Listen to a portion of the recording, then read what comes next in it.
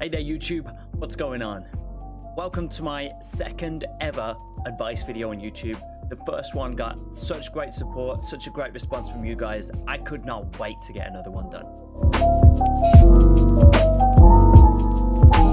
So this video is titled How to Become a Better Streamer in 2020. And this is not a better streamer in terms of content, etc. and learning socials and all that kind of thing. It's in terms of yourself and your development and how to look at things and how to improve your outlook on content creation as a whole. So we're going to be sticking away from things like turn a viewer count off and create content on other platforms, because that gets spread on every single platform all day, every single day. So we're not going to do that. So I feel that managing expectations is an important aspect, not just in content creation, Twitch, YouTube, etc., etc. It's very important in terms of life in general. You can apply managing expectations to absolutely everything that you go through on a day-to-day basis. So for me personally, I speak with a lot of streamers that are just starting out and they getting very ahead of themselves. They're getting wound up in like doing the panels and you know, their affiliate status and getting the 300 viewers and thinking that everything's just going to explode. The reality is it probably isn't going to be like that. It's going to be a very, very slow growth.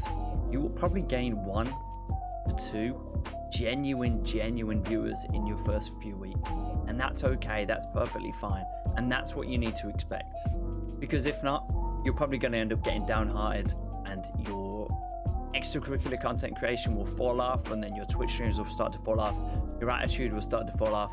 So the way that I like to say it is prepare for the worst but work for the best, and that's kind of served me well. I've always expected the least from my community, and they've turned up and just blown me out the water every single time.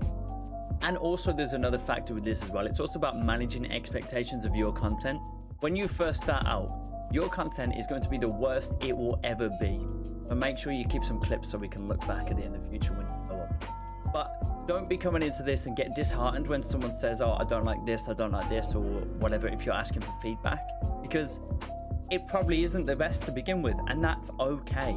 You're building yourself, you're building this channel.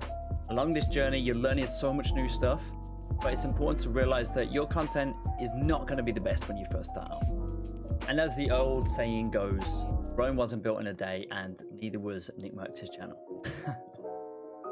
but that's not saying that you can't build there as well. These guys have been working on this for 10, 15 years. It's, you know, a huge journey. It's just important that you realize that you're probably not going to blow up overnight when you... And the second part of this video, we're going to go into something which I still kind of struggle with, and I know that a lot of people in my community and people that I see around there agree with me on this one. It's stop comparing yourself to others.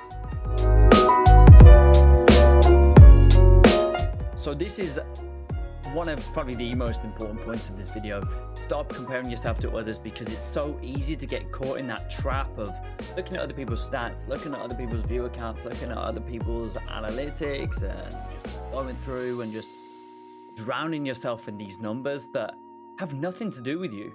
They simply have nothing to do with you and your journey.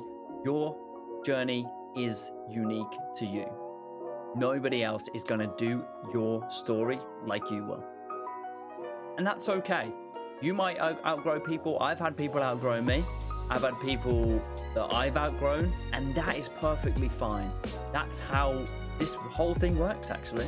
And I do need people to remind me sometimes, because it's very easy to get caught up in this and start comparing yourself to other people, especially if you've been on the same level as them for a while, and then they kind of creep up or you kind of creep down from that point. It's very easy to think, why have I dropped off and they haven't, or you know what I mean.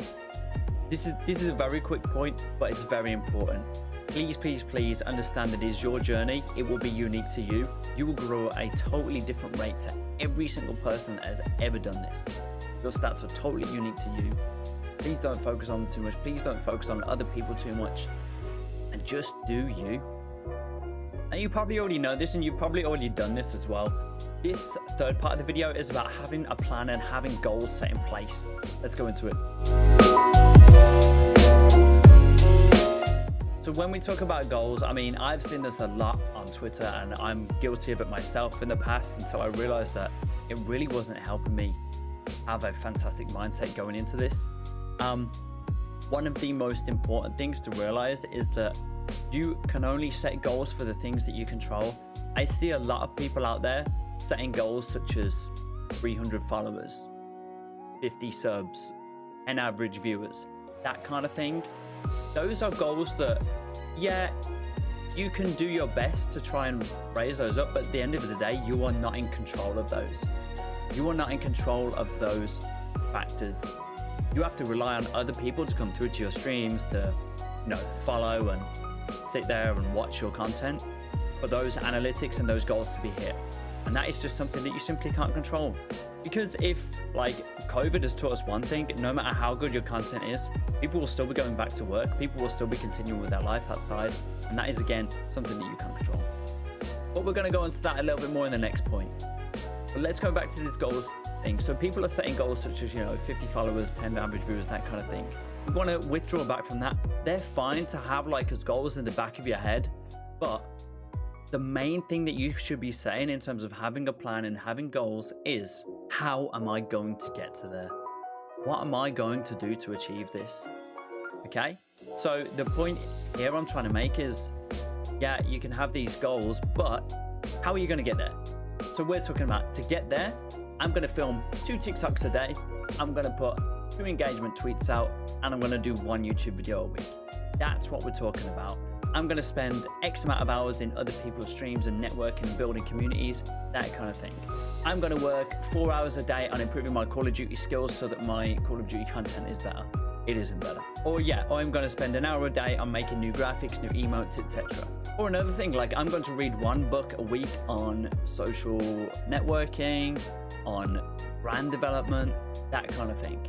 Those are the plans and the goals that are going to help you reach those 3-4 mentioned things, such as your follower goals and stuff like that. Those things will come. You just need to learn how you're going to achieve that and how you're going to get to them. So have a plan, put it in place, and stay true to that plan as well. And then also that means that you are accountable then.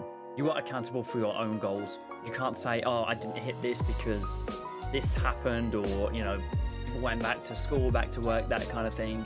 You can't blame external factors. You can only blame yourself and be accountable for your content and the kind of stuff that you're putting out to achieve these goals. And the final thing today, we touched on it briefly in the last point, was only focus on the things that you can control. So in terms of content creation mentality, this is something that really flipped the tables for me when I first started, and probably like a month or 2 or something. So I kind of realized that it's very irrational to get frustrated about the things you can't control. There's a lot of times in your streaming career, especially when you're starting out, and you will notice the small dips in the viewer counts and stuff like that, and you will notice the people that are there and are not there. It's important to remember that sometimes people have not tuned into your stream for a few reasons, and they are nothing to do with your content.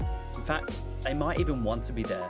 They may be at school, they may be at work, they may be doing other things, or they may have a family meal, or they may have, you know, they may be going out for the evening, a friend's birthday.